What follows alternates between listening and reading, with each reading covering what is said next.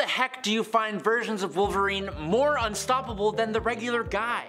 I don't know, but I think I did it. I'm Adam Andrews with Top 10 Nerd, and this is the top 10 unstoppable alternate versions of Wolverine. Coming in at number 10 is Dark Claw. So, what happens if you take Logan, Howlett, and Bruce Wayne and just mash them up together? You subtract Robins, add some Canada, carry the two, and you'll find you get Logan Wayne. This awesome character is from the amalgam universe of Earth 9602. Obviously, Bruce Wayne has no actual powers of his own unless you count his undeniable skill, so most of the abilities belonging to Logan Wayne come from his Wolverine half. A massively powerful regenerative healing factor, slowed aging, superhuman senses, plus his healing factor and adamantium skeleton allow him to have a degree of super strength. But thanks to his Wayne half of things, Dark Claw is a master detective and master of martial arts, stealth, acrobatics, and intimidation. After he witnessed the passing of his parents, Logan went to live with his uncle up in Alberta, Canada, who then also lost his life to poachers. So yes, this is still as dark as both Bruce and Logan's backstories. He then went to kick it with some nuns and then joined up with the Canadian Air Force. Now after this, at some point, he joined the Weapon X program and learned of his mutation and gained his claws alongside his incredibly dangerous rival, Creed H. Quinn, who would become a saber-toothed Joker hybrid named Hyena. Logan Wayne would go back to New Gotham City, where he decided to avenge his parents' and uncle's deaths by donning the costume and name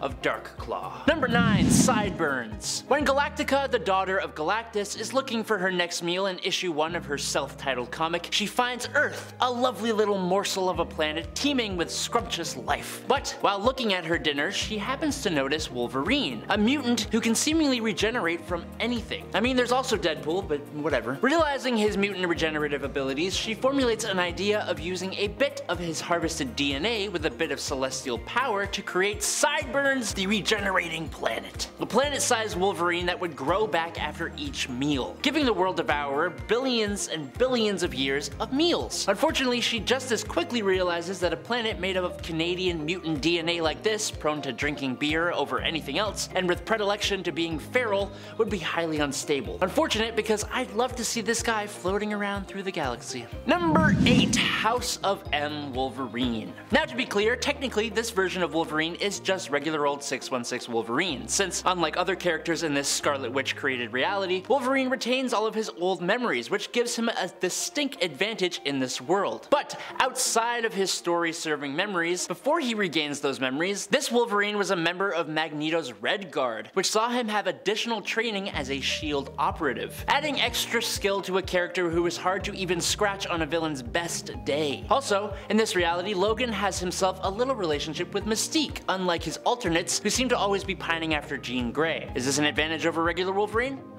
Depends on your taste. Number 7. Vampire Wolverine. In What If number 24, thanks to his healing factor, Wolverine is actually immune to being turned into a vampire from just a regular old bite, which allows him to be the best one suited to bring down the threat of vampires themselves. But when he finally takes down Dracula, he actually decides to have a little snack on the dead vampire, which does turn the mutant into not just a vampire, but the new Vampire King. The fact that Vampire Wolverine is a vampire means that his strength and speed are enhanced to vampiric levels. On top of that, he has an evil personality that is fueled by the character's desire to drain the blood of the living. Now couple that with his already somewhat feral personality, his healing factor, adamantium skeleton, and the vampire trait of immortality, and he is very dangerous compared to the usual Wolverine. Number 6. Ultimate Wolverine. I'm gonna be honest, this version of Wolverine is a bit alarming in terms of his morals and preferences, and just his behavior in general is just a bit less heroic than his 616 counterpart. But despite that, it is hard not to admit that he is quite the powerful character. His healing factor is a bit different than his prime version and is called a survival factor. That means he can survive being torn in half, departed from his head, and even blown up by a nuclear explosion. He can also detect lies and still has an adamantium skeleton. He was trained by Weapon X as an emotionless assassin, but when the Brotherhood hired him to take out Xavier, he proves he is more than just muscle, overcoming his brainwashing and joining joining the X-Men, although it may have only been just because he fell in love with the teenage Jean Grey when he was like 30 years old, which is a little uncomfortable. Number 5, Days of Future Past. Wolverine in the Days of Future Past storyline comes from a future world that has become apocalyptic because of the Sentinels, which basically eradicated mutants by the thousands and ended up enslaving the planet, both mutant and humankind alike. Now Wolverine, who in this future is older and by extension more experienced, is a more powerful version of his 616 counterpart. He still has all the powers of the regular Wolverine, but he just works a lot smarter. Unfortunately, he still ends up passing when a Sentinel destroys him, leaving only his adamantium skeleton behind. But thanks to comics being comics, this version is revived and appears again much later on in Earth X, standing in for this Earth's Wolverine, who had finally married and settled down with Jean Grey, which I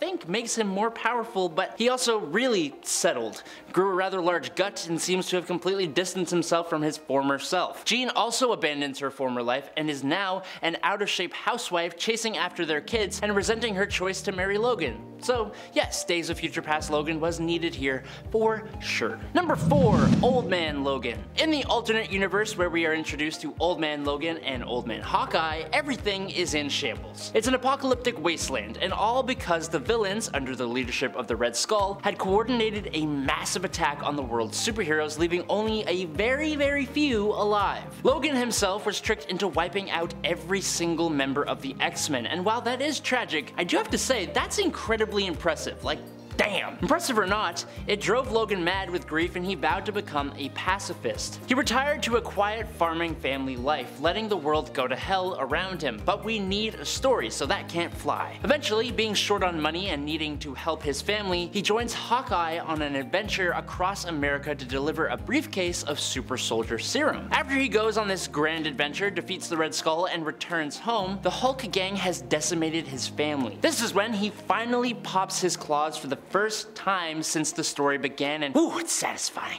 He wipes out the entire gang and eviscerates the Hulk himself, and then eventually finds his way to the main Marvel universe. Another version of him even gets the powers of Venom as well. So cool. Number 3, Weapon Omega. After the Mutant Legion went back in time and accidentally took the life of his pops, Xavier, Apocalypse came out of hibernation 10 years too early and took over control of the United States. Enter the Age of Apocalypse storyline. The Logan of Age of Apocalypse is extremely ferocious and he goes by the name Weapon X. He has only one hand after having it blasted off by Cyclops, but his claws still pop through the nub, which is kind of alarming. He and Jean Grey set off apart from the X-Men to save mutants and stop Apocalypse, but Weapon X eventually becomes the new Apocalypse, gaining his celestial and mutant powers to try and stop aliens from destroying the population of Earth. Yes, it's nuts, but I suggest you check out this story because it's super cool. Number 2, General James Howlett. In the second volume of Extreme X-Men, joining a team of multi-dimensional mutants that hunt down evil Xaviers across many dimensions is a much different version of Wolverine. Hailing from the reality of Earth 12025, this version of our feral mutant is the Governor General of the Dominion of Canada and Viceroy of Her Majesty's Expedition to Shangri-La. He is like a version of Wolverine who is also mixed with President Theodore Roosevelt but still Canadian. General James Howlett is an adventurer and hero alongside his partner and lover, the demigod Hercules, or Heracles if you prefer and want to get smarmy in the comments. These two shared a love that was built after years and years of working together, and their bond was so strong that Herc gave James a super cool upgrade in the form of a skeleton made of adamantine, which is a godly golden metal even stronger than adamantium, making Wolverine completely indestructible and immune to telepathic attacks. Unfortunately, due to the god-on-mortal nature of the relationship, the Greek gods banished the pair to Tartarus, where they fight hordes and hordes of lost and damned souls for like 4 years. His penchant for big booms and affinity for political service make him a fun take on this character, and the beard?